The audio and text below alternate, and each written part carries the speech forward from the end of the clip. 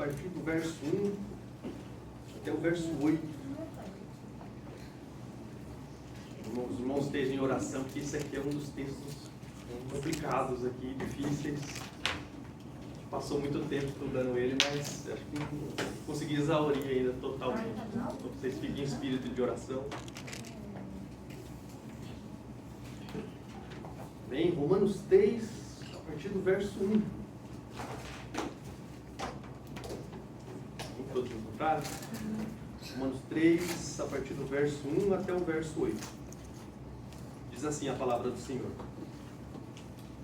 Qual é, pois, a vantagem do judeu? Ou qual a utilidade da circuncisão? Muitas, sob todos os aspectos.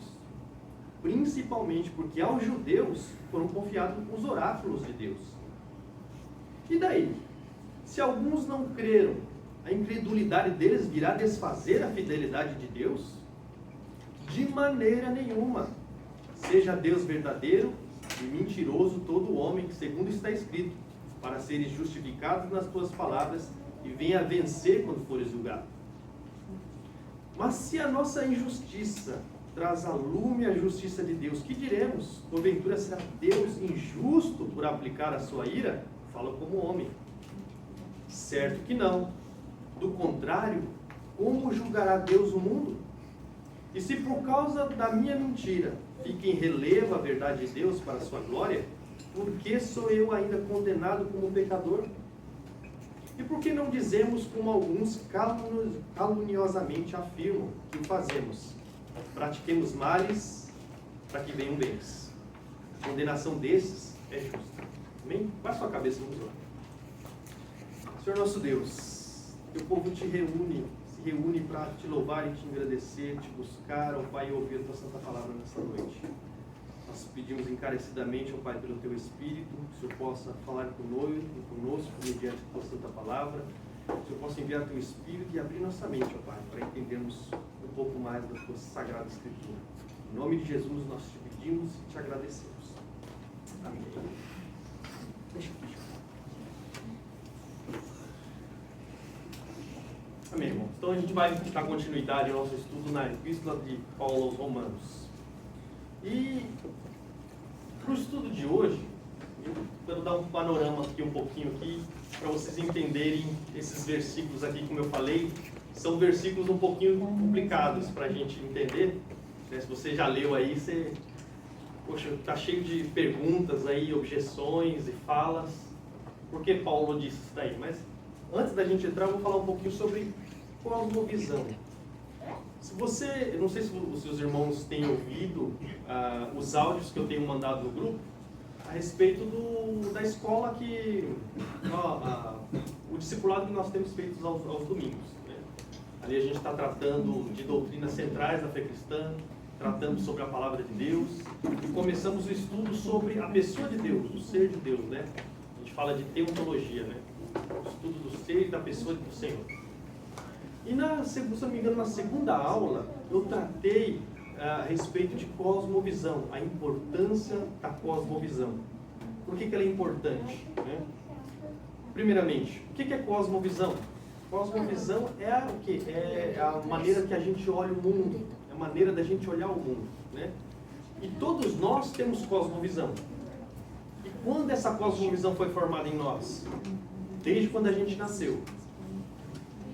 Todas as suas experiências, o seu contato com a sua família, com seus amigos, os estudos que você fez, a escola que você frequentou, tudo isso, todas essas experiências formaram um conjunto de crenças, de ideias que vocês têm sobre o mundo, da maneira como vocês olham o mundo. E esse conjunto de crenças, né, ele está ligado com algo no coração de vocês. Eu até esqueci de trazer a frasinha do James Sire, que é algo que está intrínseco dentro de nós, né? Essa formação que nós temos, esse conjunto de crenças que nós temos. E esse conjunto de crenças, eu até falei para a irmã Aline, não foi, irmã? Tudo que você crê, da maneira que você vê as coisas, entende as coisas, isso move os seus pés e move as suas mãos. tudo da maneira que você crê, se você estiver diante de uma adversidade, de alguma situação, o seu conjunto de crenças, o seu conjunto de ideias, elas vão se manifestar da maneira que você crê, certo? Então, eu até falei, né, as doutrinas, elas não ficam na estratosfera, ela dá um jeito de sempre descer para o coração e descer para nossas mãos e nossos pés. Então, tudo que a gente crê, tudo que a gente pensa, desemboca numa prática. Eu até coloquei aqui, não sei se, não está no outro slide. A questão se você não tem uma ortodoxia, o que é ortodoxia? Uma doutrina reta. Você não vai ter uma ortopraxia, você não vai ter uma prática correta.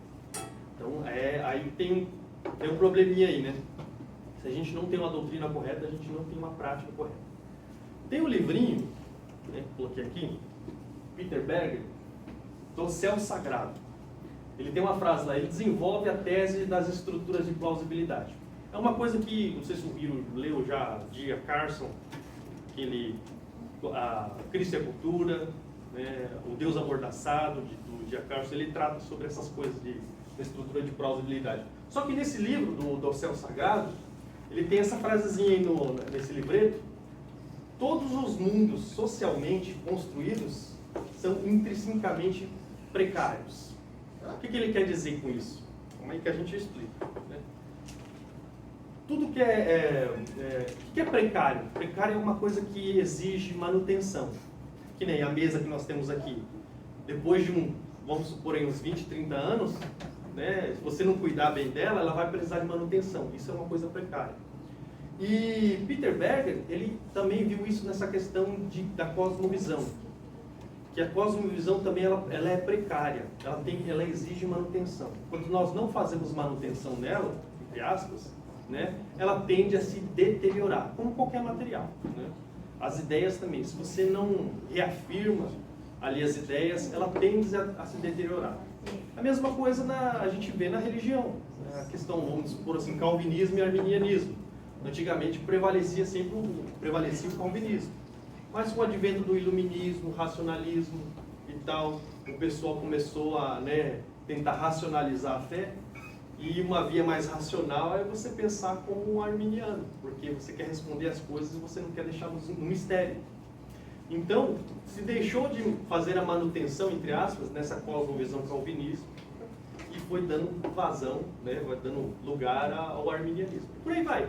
Tudo aquilo, irmãos, a cosmovisão ela precisa de manutenção.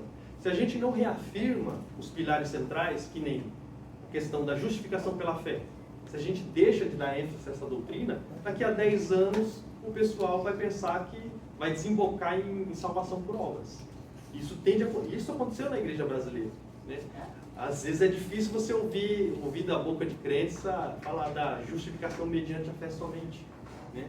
Às vezes você, né, cava um pouquinho ali, você consegue achar, né? Não, a fé é só em Cristo, só que tem umas maçãs podres. Mas por quê? Essa é a falta de manutenção, nessa cosmovisão, nesse conjunto de crenças.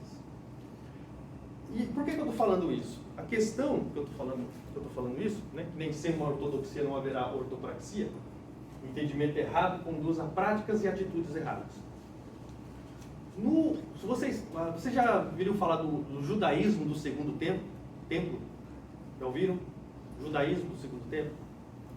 O judaísmo do segundo templo é a questão depois que os israelitas voltaram do cativeiro babilônico. Depois que eles voltaram do cativeiro babilônico, a religião judaica mudou. Por quê? A salvação, vocês têm que lembrar que ela sempre foi pela graça mediante a fé. Só que no judaísmo do segundo templo, isso desembocou para uma salvação por obras, por meritocracia. Isso decorreu por causa de um grupo lá, que eu já falei com vocês, os Hassidins, que virou os fariseus posteriormente no Novo Testamento. Por causa eles começaram a criar tradições, um monte de coisa lá, que isso acabou desembocando numa salvação por meritocracia, por práticas. Você cumpre, você ganha. E eu até falei para vocês uma certa vez que o que domina a cosmovisão de uma sociedade é quem domina 3 pilares. Não sei se vocês lembram. O pilar da educação, o pilar da jurisdição, da legislação, né? E o da mídia. Então, quem domina a educação, aquele que ensinar, a criança vai crescer com aquele entendimento daquela fé, assim se assado. Assim decorre hoje, como ocorreu no passado. Legislação também, a mesma coisa. Quem cria as leis, as regras, quem faz isso domina a cosmovisão do povo futuramente. E a mídia hoje, né? A gente vê novelas, filmes, livros, tudo aquilo que você produz, assim, nessa questão da cultura pop, né? Isso, querendo ou não, mais para frente domina a cosmovisão das pessoas. E no judaísmo, no segundo tempo, foi a mesma coisa. Professores ensinando a questão de meritocracia, legislações. Você vê, os fariseus, eles colocaram um monte de leis em volta da lei de Moisés. Tanto que Jesus até falou, eles atam fardos pesados, mas nem com o dedo imposto. Já viu esse versículo? Então, os fariseus faziam isso. E até a mídia, entre aspas, da época, né? Se vocês já leram um pouquinho dos livros apócrifos, a gente falou sobre cânon, né, Jean? A gente falou um pouquinho dos livros apócrifos. E boa parte do conteúdo dos livros apócrifos fala de salvação por obras. Então, querendo ou não, olha, você pegando essas coisas, essas evidências assim, isso moldou, querendo ou não, a visão de mundo daquelas pessoas. Então, os judeus do período do judaísmo do segundo templo, eles tinham essa ideia que eles poderiam ser salvos mediante as obras. Claro que não era todo mundo, né, mas boa parte dos judeus cria assim. E se você cria assim, quando alguém expor para você a verdade, como o Paulo está fazendo aqui, você vai fazer o quê? Objeções. Você vai se contrapor. Peraí, como você está falando que a salvação é só mediante a fé, né, em Jesus Cristo? E as obras, né, e a lei, e a circuncisão? E a gente é povo de Israel, né, a gente não tem vantagens, né, na salvação? E a gente viu até aqui que não. Né? Então, tenha isso em mente. Deixa eu ver aqui. Seus pressupostos, sua cosmovisão, seu entendimento sobre as coisas movem seus pés e suas mãos. Eu ia falar um pouquinho do pecado não ético, mas deixa eu falar.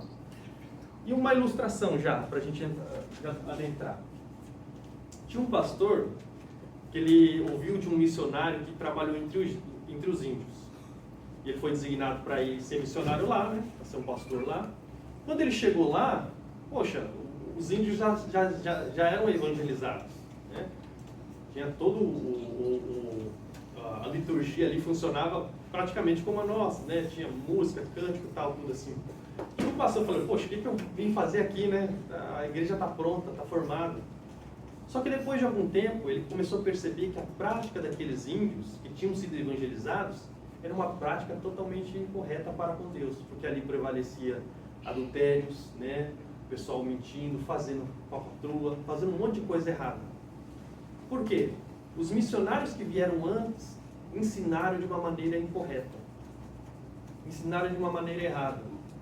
E aqueles índios reproduziram o que foi ensinado. Esse é o texto que a gente vai adentrar hoje. Né? É a questão daquilo que você aprendeu, você pode reproduzir futuramente. É a questão, é o que eu falo, né, da sua mente pode ser assenhorada por um senhor ilegítimo. E essa é a questão do texto de hoje. Recapitulando o que a gente viu até agora, né? Início do argumento, o Paulo começou um argumento, né, com o intuito de mostrar que todos estão perdidos. Se você lembra, começou ali no capítulo 1, verso 18, e ele se estende até o capítulo 3, verso 19. E Paulo, no capítulo 2, ele começa uma diatribe. Vocês lembram da diatribe? Que é uma discussão, um interlocutor imaginário. Vocês lembram disso?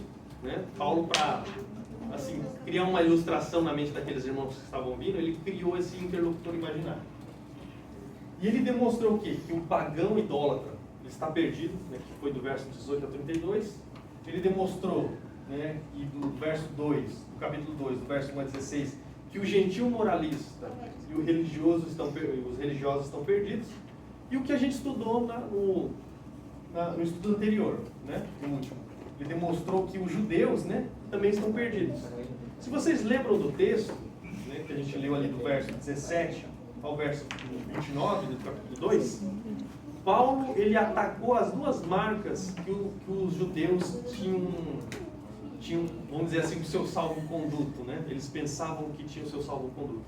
As duas marcas são o quê? A lei de Moisés, eles descansavam na lei, só que Paulo mostrou que eles não cumprem a lei.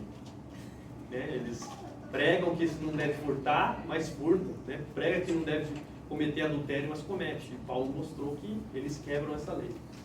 A segunda marca foi o quê? Foi a circuncisão. Paulo falou, ó, a circuncisão só tem valor se vocês cumprem a lei. Como vocês quebram a lei, essa circuncisão se torna incircuncisão. Então Paulo, ele atacou praticamente a segurança que os judeus tinham na sua salvação, entre aspas. Poxa, eu sou povo de Israel, eu tenho a lei que foi fornecida por Deus e eu tenho a marca da aliança, que é a circuncisão. Só que Paulo falou que não, tanto faz você ter isso daí, porque você não cumpre a lei, então você está perdido. Então, o texto que a gente pegou hoje vai trabalhar sobre essa questão, sobre o judeu, ele começar a fazer objeções, ele se contrapôs a esse argumento de Paulo, nessa questão de os judeus estão no mesmo patamar que os demais gentios, tanto o pagão idólatra está perdido, o gentil moralista também está perdido, e o judeu está no mesmo patamar, eles também estão perdidos porque eles quebram a lei. Uma verdade central aqui, ó. Temos concepções e atitudes erradas para com Deus e seu Evangelho quando desconhecemos verdadeiramente seus desígnios e propósitos. Então, a gente vai ter concepções, né, e atitudes erradas para com Deus quando a gente, de fato, a gente desconhece a Deus, a gente comete atitudes erradas para com Ele, certo? Que nem eu falei aqui, ó, a salvação sempre foi mediante a fé, nunca por obras, nem mediante sua etnia, que é no caso dos judeus. O judeu, ele se achava salvo só por ser judeu, só por fazer parte do povo da aliança. Então, falou, poxa, como eu faço parte do povo da aliança, eu sou automaticamente salvo, né? E Paulo mostrou que não. Sempre foi por favor imerecido, ou seja, sempre foi por graça. Porém, os judeus transformaram o judaísmo do seu tempo, O advento das tradições do pós-exílio tornaram o judaísmo em uma religião de meritocracia. Então, é o que eu falei para vocês. O judaísmo do segundo templo ele foi transformado, não era mais como o Antigo Testamento. Porque o judeu, sempre quando ele levava o cordeiro para ser sacrificado, ele tomava pela fé que aquele animal estava morrendo no lugar dele. Estava sendo morto, estava expiando o pecado dele, né? E ele sabia que tudo aquilo decorria por graça, por favor imerecido, porque ele não merece. Então, aí Paulo, ele vai mostrar o caminho que é somente pela fé no capítulo 4, quando ele mostrar o exemplo de Abraão. Ó, Abraão foi salvo pela fé. O pai da fé, o pai do povo de Israel. Ele não foi salvo mediante obras, ele foi salvo mediante a fé. Aqui o texto que está diante de nós. Paulo, em sua diatribe, né, dá voz a seu interlocutor. Você pode perceber que até aqui, que Paulo ele fez essa imagem, né, de conversar com um interlocutor imaginário, só que ele não tinha dado voz ainda a esse interlocutor. Agora, a partir do capítulo 3, ele vai dar voz. Ele vai dar voz e esse interlocutor ele vai fazer objeções. E o que é uma objeção? Né? É se contrapor, é criar um obstáculo, é argumentar de forma contrária, é fazer oposição a uma tese previamente anunciada. É isso que esse interlocutor vai fazer. Ele vai fazer objeções ao ensino de Paulo. Paulo está pregando que nós, judeus, não temos diferença nenhuma dos gentios. Então, ele vai fazer uma objeção ao ensino de Paulo. E essas objeções certamente foram feitas pelo antigo modo de pensar de Paulo. Você tem que lembrar que Paulo, ele era o quê? Ele era um fariseu, antigamente, antes de vir a fé. Essas objeções podem fazer parte do pensamento de Paulo. Olha, naquela época eu pensava desse jeito. Então eu já preparo aqui e faço essas objeções porque eu fui um judeu incrédulo. Só que também pode ter sido a questão por onde, você deve se lembrar que Paulo, por onde ele passou, ele pregou nas sinagogas. E certamente os judeus das sinagogas fizeram objeções a Paulo. Então essas objeções que nós lemos aí no capítulo 3, verso 1 a 8, pode ser essas objeções desses judeus também. Pode ser ou o pensamento de Paulo ainda incrédulo naquela época, ou desses judeus, por onde ele pregou e faziam objeções, né? Se contrapunham a Paulo. O público de Paulo havia o quê? Judeus que se contraporiam ao evangelho pregado. Paulo está procurando sanar essas possíveis indagações e corações não regenerados. Tá certo. Diante da pregação de Paulo, aos olhos dos judeus, Deus se fazia o quê? Mentiroso. Como assim os judeus não têm vantagem nenhuma diante de Deus? Então, segundo a pregação de Paulo, parecia que Deus era mentiroso porque ele não salvaria Israel, não salvaria o povo judeu. Diante da pregação de Paulo, aos olhos dos judeus, Deus se fazia mentiroso, visto que os privilégios que os judeus receberam do próprio Deus não os faziam salvos do modo que eles pensavam. E aqui, antes da gente iniciar, o que Paulo faz nesse texto? Ele faz uma digressão. Meu Deus do céu, sei que é tanta palavra técnica. Você sabe o que é uma digressão, irmão Mônica? Não sabe o que é uma digressão? Filho deve saber, sabe? Uma digressão? Digressão é o quê? É um desvio momentâneo do assunto sobre o que ele está falando, o que ele escreve. Paulo vai fazer isso agora. Né? E essa digressão trata do quê? Do porquê Israel, que é o povo escolhido, não creu e permaneceu incrédulo. Se você leu já Romanos 9, Paulo ele vai tratar desse assunto. Por que, se Deus cumpriu suas promessas, se Deus enviou o Messias, se Deus fez tudo corretamente e tal, né, entregou seu filho e tal, fez essa maravilha toda, né, que a gente vai ver até o capítulo 8. Chegando no 9, a pergunta é essa: por que o judeu, que é o povo escolhido de Deus, não creu em Jesus? E Paulo vai explicar ali, não que a palavra de Deus haja falhado e tal, só que ele vai falar sobre questão de eleição e tal. E Paulo ele faz essa digressão aqui também, ele muda um pouquinho de assunto, porque ele estava tratando da pecaminosidade dos homens. Só que ele dá espaço para esses irmãos, entre aspas, né, fazerem objeções, fazerem perguntas. E Paulo vai responder essas perguntas. Só que essas perguntas partem de uma mente, vamos dizer assim, que foi ensinada errada. É o que a gente viu até agora, que eu falei de cosmovisão para vocês. O entendimento errado para com Deus, você vai ter o quê? Atitudes e pensamentos e ideias erradas para com Deus. Você tem que preparar essa mente de vocês para a gente entrar no texto, senão eu não vou conseguir explicar esse texto hoje. O Deus que Paulo prega é mentiroso? Para nós não. Mas para a mente dos judeus que ele estava pregando ali, sim. Então, a gente vai entrar nesse texto. Qual é, pois, a vantagem do judeu? Ou qual a utilidade da circuncisão? Por quê? Paulo ele tinha falado no versículo anterior, se vocês lerem no capítulo 2, do verso 17 ao verso 29, Paulo praticamente ele tirou a segurança que os judeus tinham na lei e na circuncisão. Aí, por isso que eles perguntam, então qual que é a vantagem de ser judeu? Qual é a utilidade da circuncisão? Poxa, a gente é o povo de Israel, a gente é o povo escolhido, a gente recebeu os privilégios, as dádivas de Deus. Como assim não tem utilidade nessas coisas? Essa é a pergunta que eles estão fazendo aqui. Essa é a pergunta que é dos judeus ali, né, que estão fazendo essa objeção para Paulo. E Paulo responde. Perdão. Porque até agora o que Paulo tinha falado? Todos são pecadores. Pagãos, gentios, piedosos e judeus.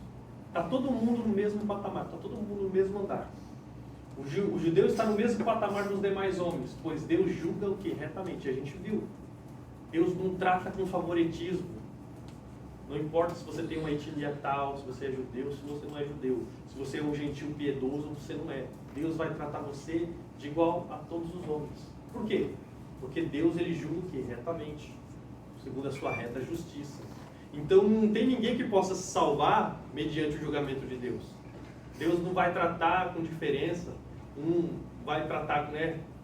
Como a gente trata, às vezes a gente trata as pessoas, né? A gente, né, abençoa mais, outro não. Mas Deus vai tratar de igual modo com todo mundo. O judeu pensava, e a aliança de Deus com Israel? Isso não me dá vantagens? É isso que ele perguntava, é isso que ele queria saber. Qual que é a utilidade então de ser um judeu, de ter a circuncisão? Quando Paulo dizia que a lei e a circuncisão não importava, para os judeus, o ensino de Paulo fazia Deus mentiroso. Então Deus é mentiroso. Deus fez tanta coisa. Aí, ó, o bom teólogo aí. Não, né? Ele não é mentiroso, tem certeza? Então tá bom, né? Mas esse era o pensamento dos judeus. Deus está sendo mentiroso, então, porque ele não vai nos salvar. Só que Israel, o povo de Israel, os judeus que não creram, eles estavam confundindo os privilégios com o meio de salvação. Esse é o problema. Paulo fala no verso 2, qual que é a vantagem de ser judeu ou qual é a utilidade da circuncisão? Ele fala muitas sobre todos os aspectos, principalmente porque aos judeus foram confiados os oráculos de Deus. Quem sabe o que é os oráculos de Deus? Não sei. Não sabe? O que é os oráculos de Deus, Ana?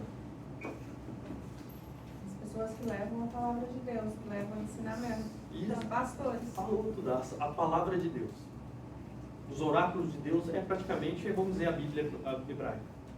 Mas, se a gente ir mais longe, a gente pode falar as promessas de Deus, tudo, a lei de Deus, tudo que Deus deu, tudo que Deus fez. Tanto que Paulo fala no capítulo 9. São israelitas, que pertencem à adoção e também à glória, às alianças, à legislação, o culto e as promessas. Ó, deles são os patriarcas.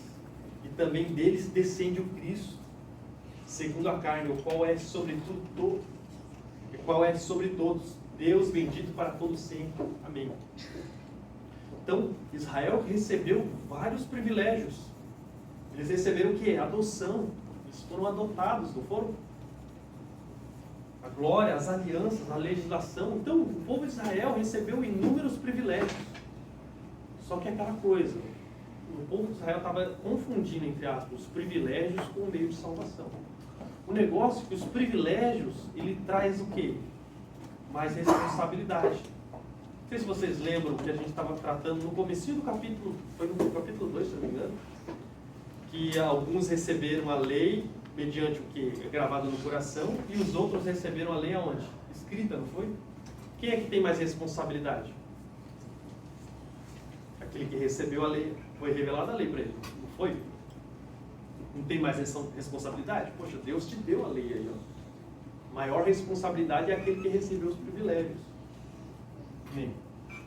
Os judeus estavam confundindo os privilégios recebidos com o meio de salvação. Os privilégios recebidos só os faziam mais responsáveis.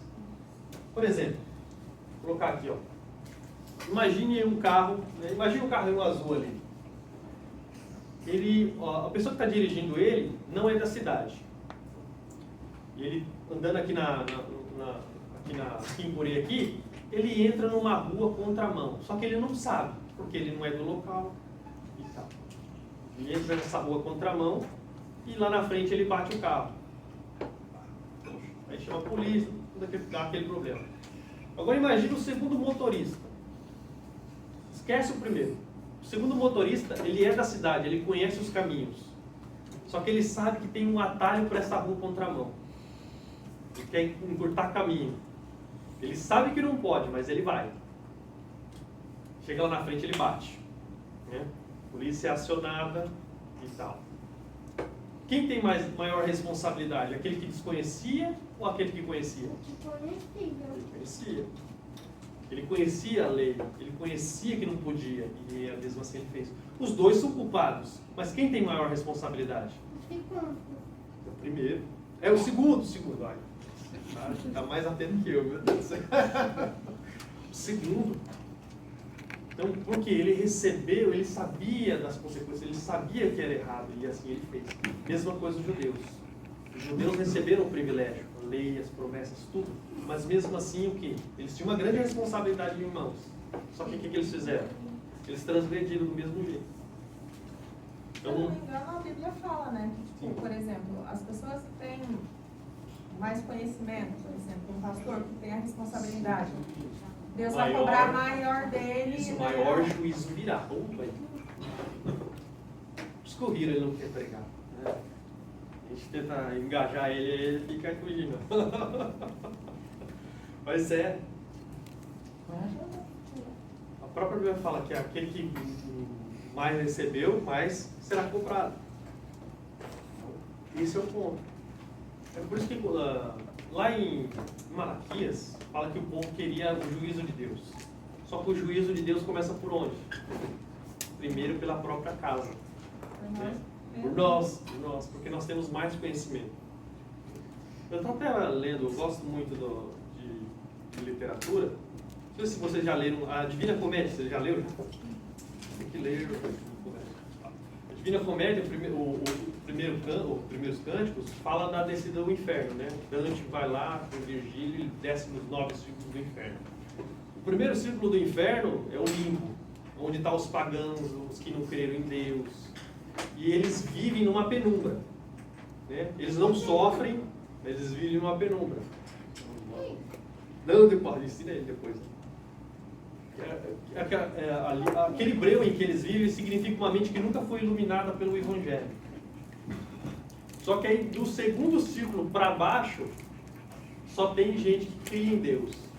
E eles eram punidos com maior rigor. Por quê? Porque eles conheciam a Deus e eles cometeram ali todas as suas atrocidades. Então, aquela coisa, essa é a questão. Quem tem mais conhecimento, entre aspas, tem mais responsabilidades. Você tem maior privilégio, mas responsabilidade é maior. Eu coloquei aqui, ó, não confunda as graças, os privilégios que Deus tem te dado com o favor da salvação. Mesma coisa, nós vivemos num país livre.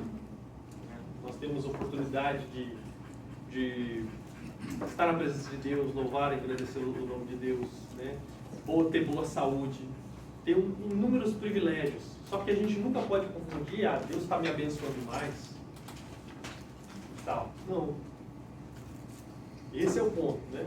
Não pense que Deus não te irá te punir por causa dos seus pecados. É aquela coisa, a gente peca e Deus não manda um raio em seguida. Então quer dizer que Deus não se importa.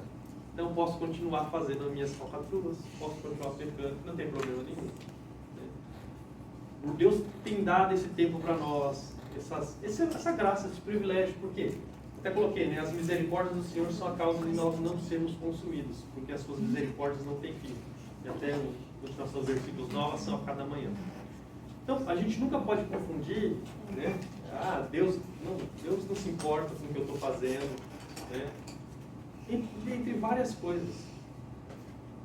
A gente nunca pode confundir os privilégios que nós estamos recebendo com... Não, Deus, eu acho que Deus está de todo bem com Deus, porque Ele continua me abençoando, né? Por mais que eu faça coisas erradas. A gente nunca pode confundir. Os judeus, eles confundiam esse privilégio deles, né? O privilégio que eles tinham recebido com o meio de salvação. E esse era o modo de pensar errado deles. Que a questão da salvação estava só em ser povo de Israel, só ter a lei, ter a circuncisão. E era um grande engano deles, né? Que os privilégios não os faziam salvos. 2. A segunda objeção dos judeus. Deus foi infiel por causa da incredulidade de Israel? A gente leu no texto aí, ó. E daí, se alguns não crerem, a incredulidade deles virá desfazer a fidelidade de Deus? E aí? Deus foi infiel? Tem certeza? Por que Deus não foi infiel, Jean? Deus não salvou os judeus, vamos dizer assim. Eles não creram, então Deus foi infiel à sua aliança. Mas Deus falou lá no começo que eles seriam castigados. Quem não cumprisse é a lei. Isso. E aí, o que você acha? Não. Foi dada a oportunidade. Foi Deus dada a rejeitaram. oportunidade que eles andaram no caminho. Porque essa aqui é a pergunta. E daí, se alguns não creram, a incredulidade deles irá desfazer a fidelidade de Deus? Essa é a pergunta que eles estavam fazendo. Deus é infiel, Deus não salvou Israel. Tanto Israel pecou. Então.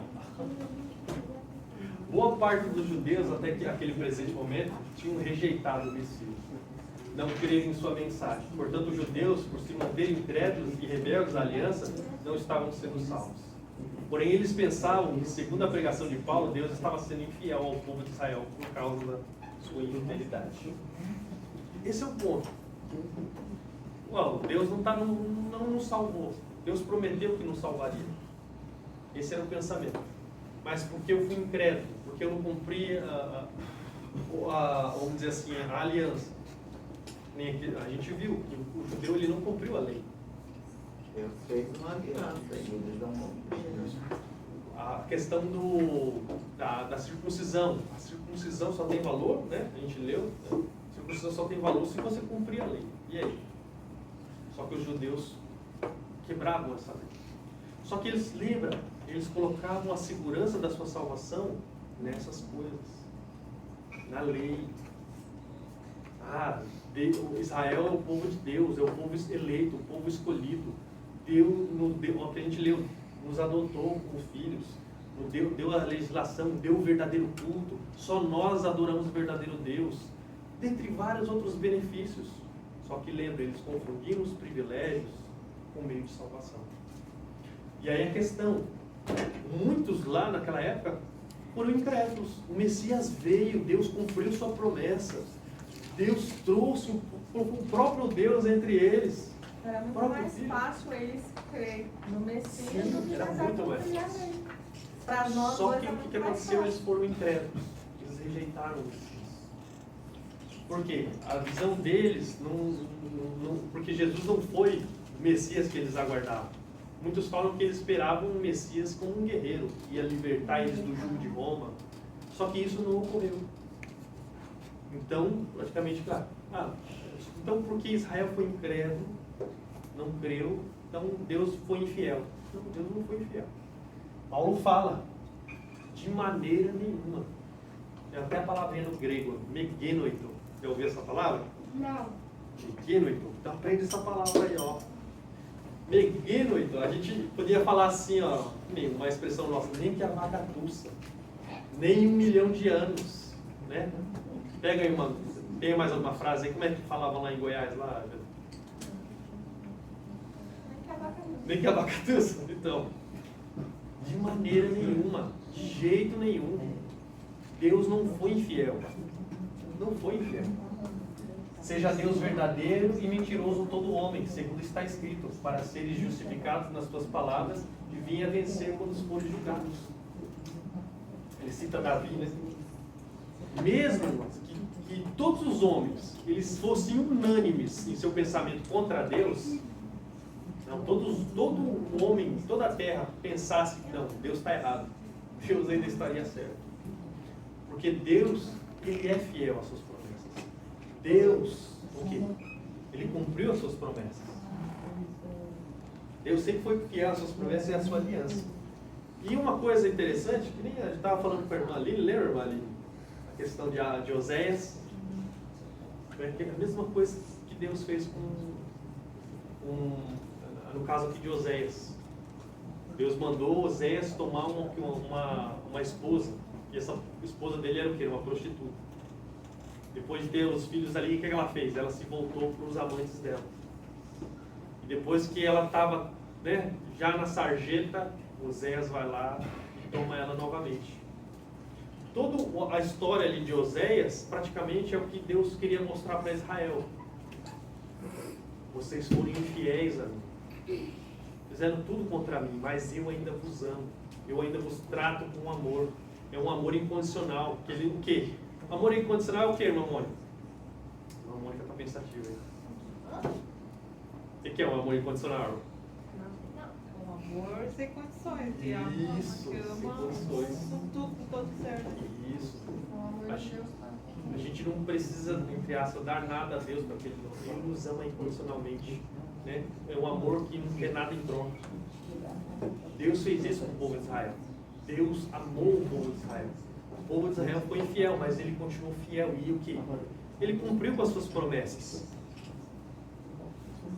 E foi o que Oséias fez. Né? Por mais que Gomer, ali, ela foi atrás dos seus amantes, e depois que já estava na sarjeta, Oséias foi lá e trouxe ela de volta. Levou ela para casa, cuidou dela. Mesma coisa que Deus fez com Israel. Só que Israel, né, o judeu não regenerado, ele pensava que Deus estava sendo infiel. Não. Nossa incredulidade fez Deus ser infiel para conosco. Não. Deus ainda permaneceu fiel. Deus ainda cumpriu as suas promessas. E Deus ainda, a gente pode dizer, a palavra de Deus não falhou, que nem Paulo falou lá em Romanos 9. Né?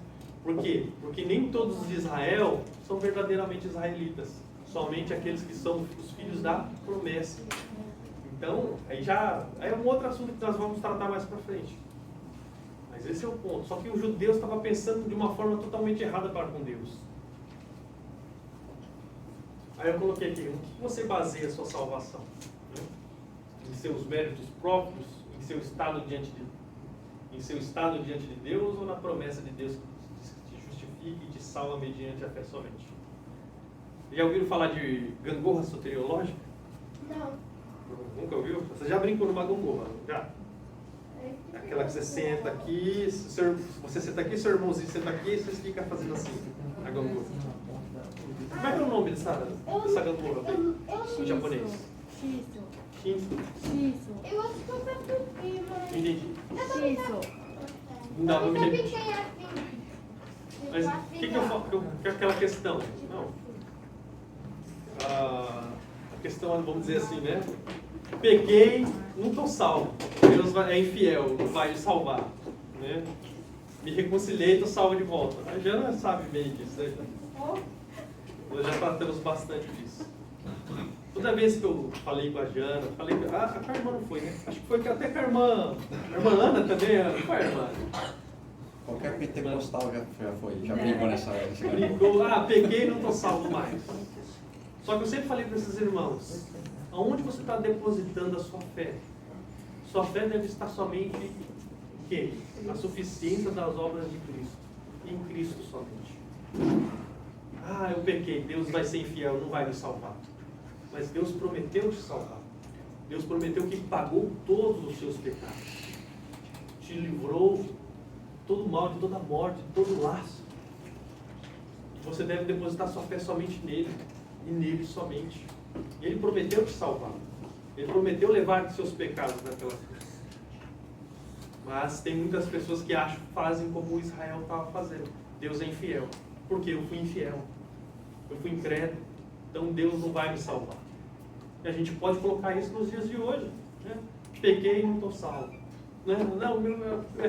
Acordei cedo, estou salvo, beleza, cometi um pecado, não estou salvo mais. Imagine, você não teria paz. Deus nos ama incondicionalmente. Deus ele prometeu nos salvar. Se a gente crê naquilo que Cristo fez por nós. É aquela coisa, é aquela entrega que nós devemos ter para Deus. É aquela paz, né? Que fala em Isaías. Que fala, né? Que a paz que Deus nos dá não é a que o mundo dá. Sim. Eu lembro disso sempre na passagem no Novo Testamento. Vai lá. Então, quando a gente entende que a salvação é somente em Cristo, não é pequei, perdi, agora me arrependi, estou salvo. Quando eu entendi isso, é uma paz que dá na gente que pode vir o caos que for, porque a gente tem uma paz que a gente não sabe explicar. Romanos 5:1, né? Justificado, pois, mediante a fé, temos paz com Deus. É a ausência de aflito, de conflito. Bom. E o judeu, ele continua com esse pensamento errado para com Deus. Olha só. Ele viu, Deus é mentiroso, por quê? A gente viu no começo. Deus é mentiroso por quê? Porque não vale a pena, não tem razão nenhuma de ser judeu e ter a circuncisão. Deus foi infiel porque a gente foi infiel, a gente é incrédulo. E agora ele tem um outro pensamento aqui, e é um pensamento estranho. Por isso que eu falei para vocês que esses textos aqui são difíceis mesmo. Se eu fosse um pregador assim, já pularia, vamos para outra coisa mais fácil e tal. Esse judeu pergunta, mas se a nossa injustiça traz à lume a justiça de Deus, que diremos? Porventura será Deus injusto por aplicar a sua ira? Falou como homem. Aí você fala assim, poxa, o que ele quis dizer com isso aqui? Ele fala assim, que a nossa injustiça, ela coloca em relevo a justiça de Deus. Quando a nossa injustiça vem à tona, a justiça de Deus vem bem maior e mostra, ela coloca em relevo. Aí ele fala, porventura será Deus injusto por aplicar a sua ira? Não, porque esse é o meio de Deus punir, não é? Mediante a sua justiça e a injustiça dos homens. Como Deus julgaria o mundo se não fosse isso? Nem aqui, A questão do diamante. Não sei se vocês já pegaram um diamante e colocaram ele atrás de alguma coisa preta assim, né? Ela fica em relevo, não fica? A mesma coisa é a nossa injustiça quando ela está, onde está a lume ali a justiça de Deus. Ela coloca em relevo a justiça de Deus. E Paulo fala, certo que não, do contrário, como julgará Deus o mundo? Se Deus não usasse esse critério para julgar o mundo, qual outro meio ele usaria? Esse é o ponto. Os judeus falam, poxa, por que você está me condenando? É o mesmo pensamento no próximo versículo, ele complementa. E se por causa da minha mentira fica em relevo a verdade de Deus para a sua glória, por que ainda sou condenado como pecador? Dá para entender? Porque ele está falando assim, ó, o meu pecado é um favor para Deus. Porque quando eu peco, a glória dele ela se manifesta. Eu até coloquei aqui, o pensamento é mais ou menos assim. Eu, com o meu pecado, faço sobressair a glória de Deus. O meu pecado é um serviço para a manifestação da justiça de Deus. Por que então ele vai me condenar? Visto que o meu pecado ressalta a sua glória. Então, o nosso pecado é um favor para Deus. Porque faço... Olha o pensamento deles. Esse é o ponto, entendeu? Esse é o ponto. Por que ele vai me condenar se o meu pecado faz sobressair a glória dele? Ele está errado? Ele é injusto em fazer isso com a gente. Porque o meu pecado faz sobressair a glória dele, a justiça dele. Então olha o pensamento do judeu. Esse judeu, lembra? Esse judeu não regenerado, tá, gente? Não é um judeu regenerado, tá? Como assim? Regenerado. Poxa, como é que eu te explico isso, meu Deus? Você tem trabalho, vou deixar você. O judeu que acredita em Jesus. O tio Bragadão. É o judeu que acredita em Jesus. É, o judeu que acredita em Jesus e o judeu que não acredita em Jesus. Meu Deus. É o judeu crente e o judeu que não é crente. Isso, aí. E ele continua a frase aí, ó, pergunta. Porque não dizemos como alguns caluniosamente afirmam que o fazemos? Pratiquemos males para que venham bens. A condenação desses é justa. Não sei se vocês lembram, até em Romanos 6:1, né? Onde superabundou o pecado, superabundou a graça. E Paulo, o que Paulo pregava? Ele pregava o evangelho da graça. Que é mediante a fé somente, não importam os seus pecados. Praticamente essa era a pregação de Paulo, né? Só que aí o pessoal falava, aí Paulo falava, onde abundou o pecado, superabundou a graça. Então o que eles falaram? E por que não dizemos como alguns caluniosamente afirmam que o fazemos? Pratiquemos males para que venham bens.